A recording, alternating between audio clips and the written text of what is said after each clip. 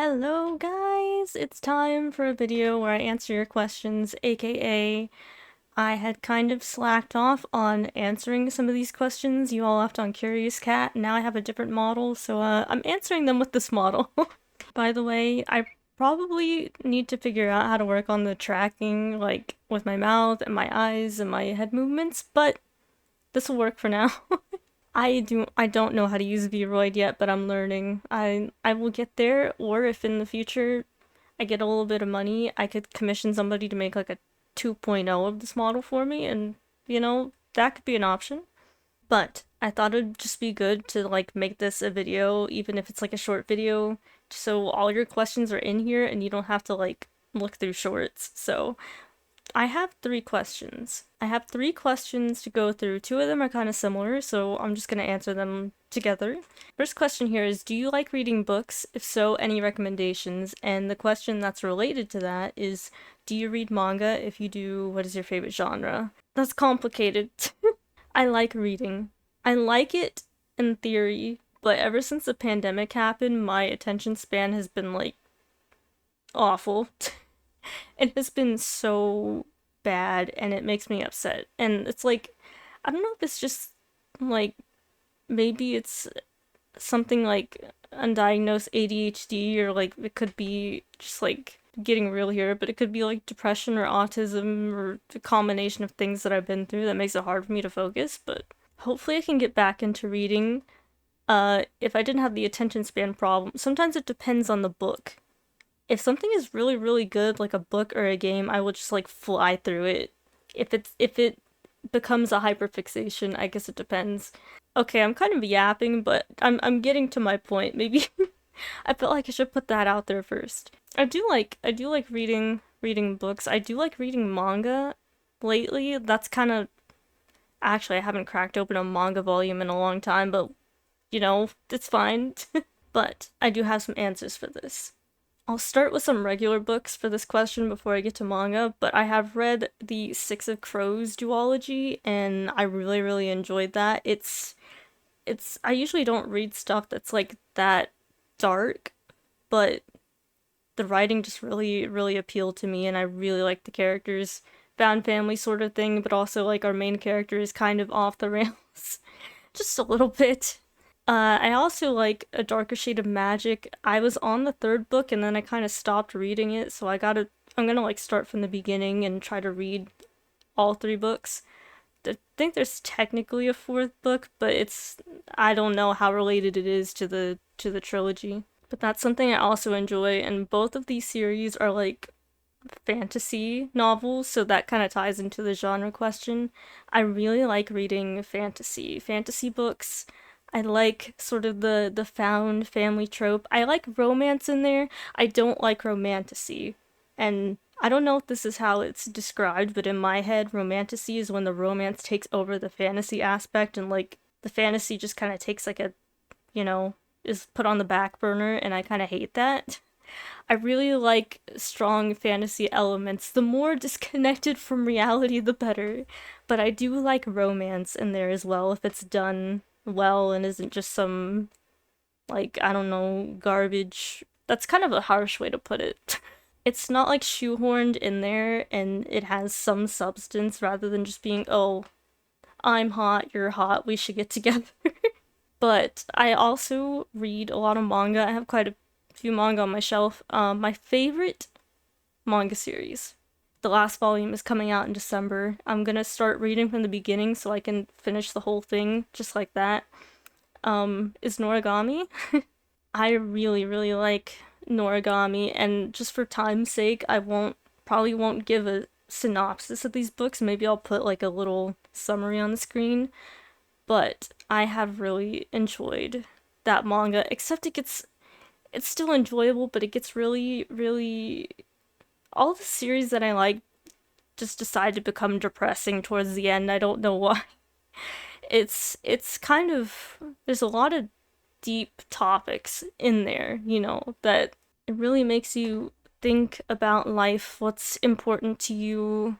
I guess for people like me that are religious, it kind of gives you an idea of this life and the one that comes after are connected. They're not as separate as you would think. The idea in origami is that there is a near shore and the far shore, and I think the far shore is kind of like the spirit world where the gods reside, and people can't see them, but they're always there. It's that sort of thing, you know? It kind of makes you think about your mortality, but it's also like death is not the end.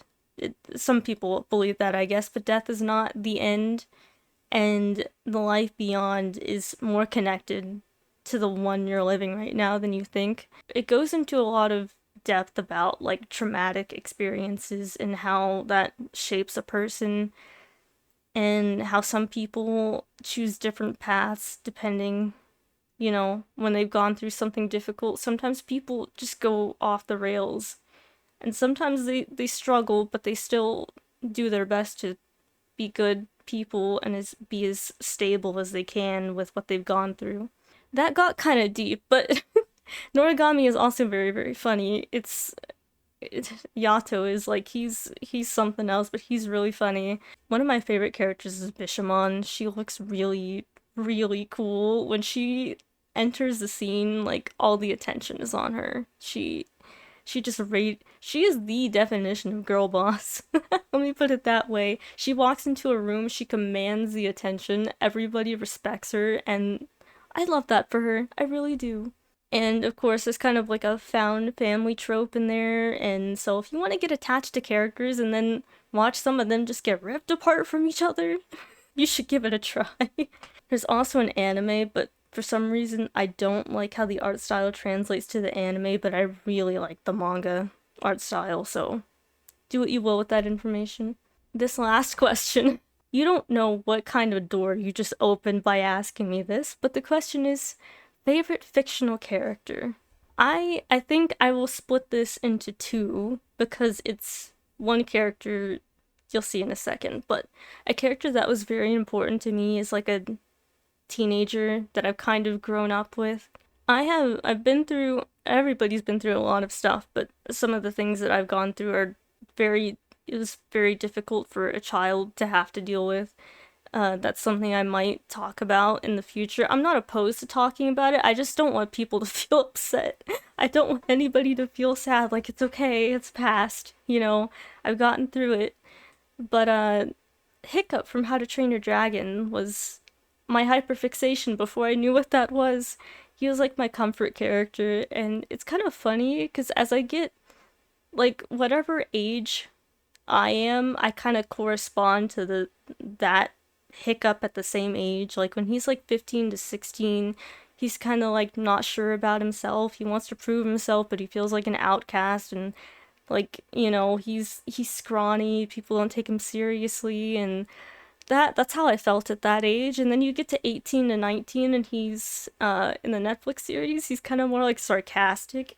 He seems a little bit cynical to me, a little bit. Like he has big dreams, but people are trying to rein him in, and he's just like, no, just let me go do what I want. Trust me, I want to go explore the world. You know, nothing is gonna stop me, but people are annoying me. So I kind of, you know, it's kind of almost like it's like, oh, I'm turning into an adult, but I don't know how to deal with this, and I don't like this, and I'm gonna try to keep doing my own thing. Then when he's like in his 20s, it's like starting to set in that he's gotta, you know, he's gonna be chief one day, he's got responsibilities to fulfill, he doesn't quite know what to do with that or how to accept that. And he seems like he almost has a hard time accepting help from other people because he's like, no, don't remind me of what I have to do, which I feel is like what a lot of adults start to feel when they're no longer teenagers and they're like in their early 20s. And then at the end of the third movie, I don't remember how old he is. Is he my age? I'm 23.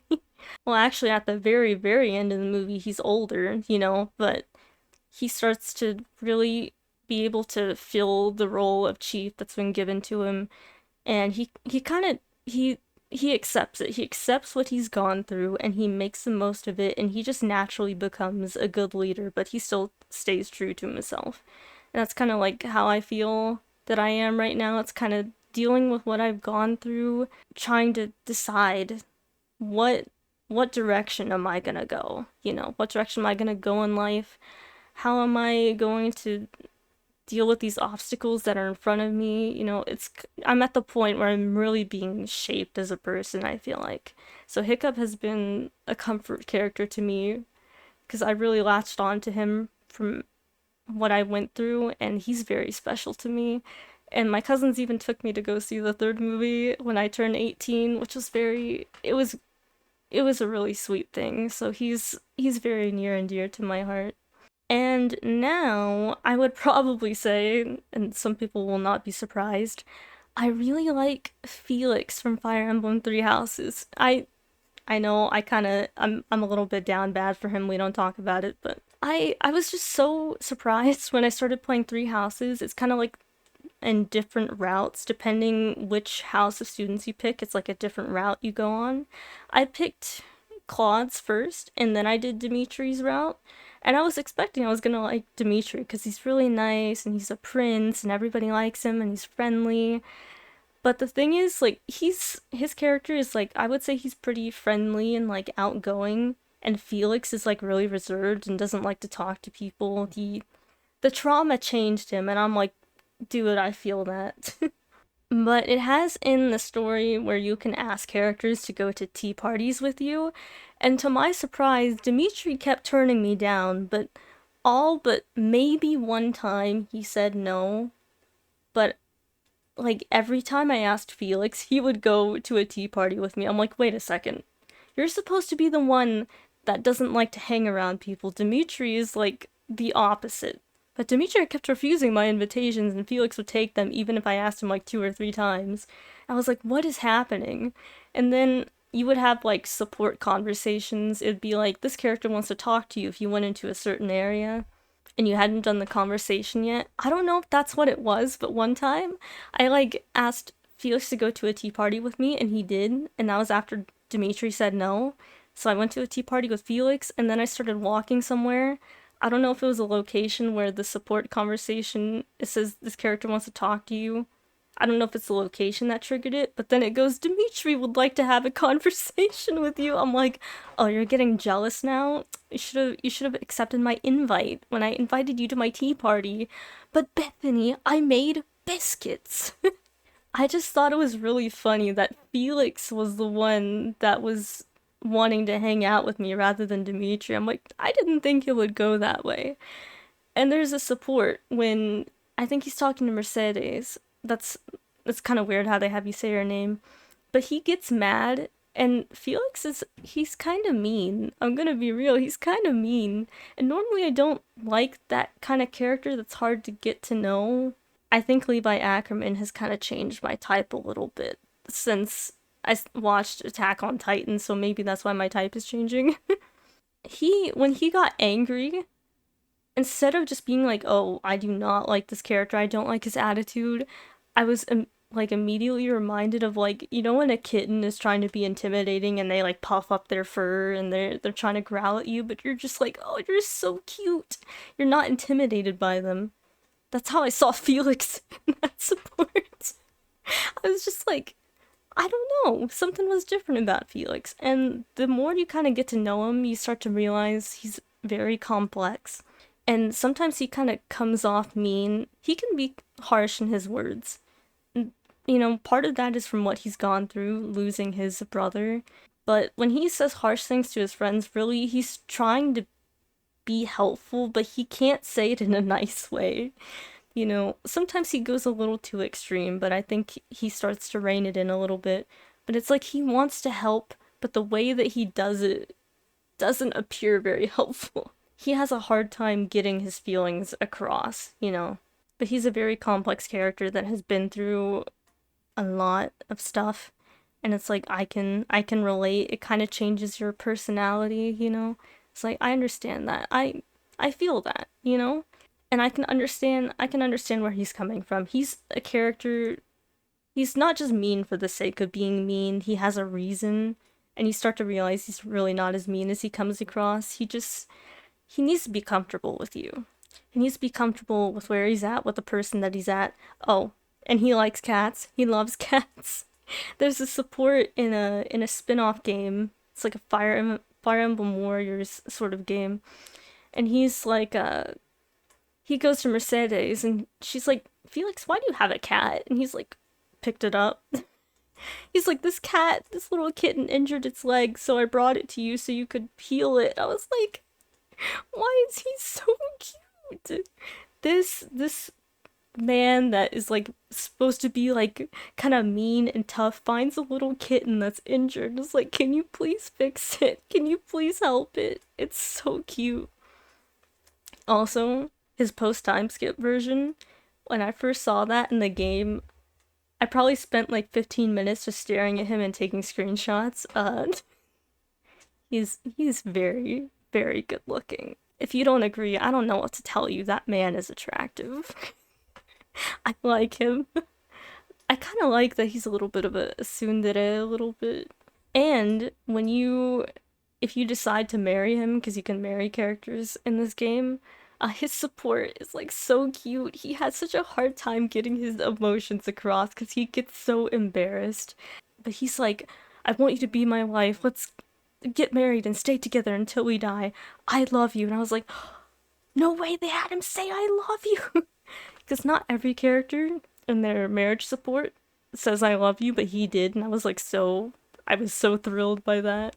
He just has a hard time being honest, but in the ending that you get like a little like written synopsis of what happens after your characters get paired together. And it says basically Felix loves his wife, and every time he sees you when he comes back from an expedition or he has to go do something important, he comes back, you start sword fighting, that's the first thing that you do, and you both are just smiling from like ear to ear. It's like he loves his wife. He is so soft for his wife. It's like, how can you not love him? He's a cat lover, and this man only has a soft spot for his wife, or that he's willing to show in public. So I rambled about Felix, but I really do like him. I really do like him. I want to play Three Houses on stream sometime. Actually, that's where my Overwatch username Keelix comes from, because it's my name and Felix's name. So, if you're wondering, that's what it stands for. But those are all the questions I've answered for now. I will try to see if I can find a way for you to ask more questions, because Curious Cat is like no longer functioning, because of course it's not. But I hope you enjoyed. Maybe you like a video of me just yapping about random stuff. Have a great rest of your day. I'll see you soon.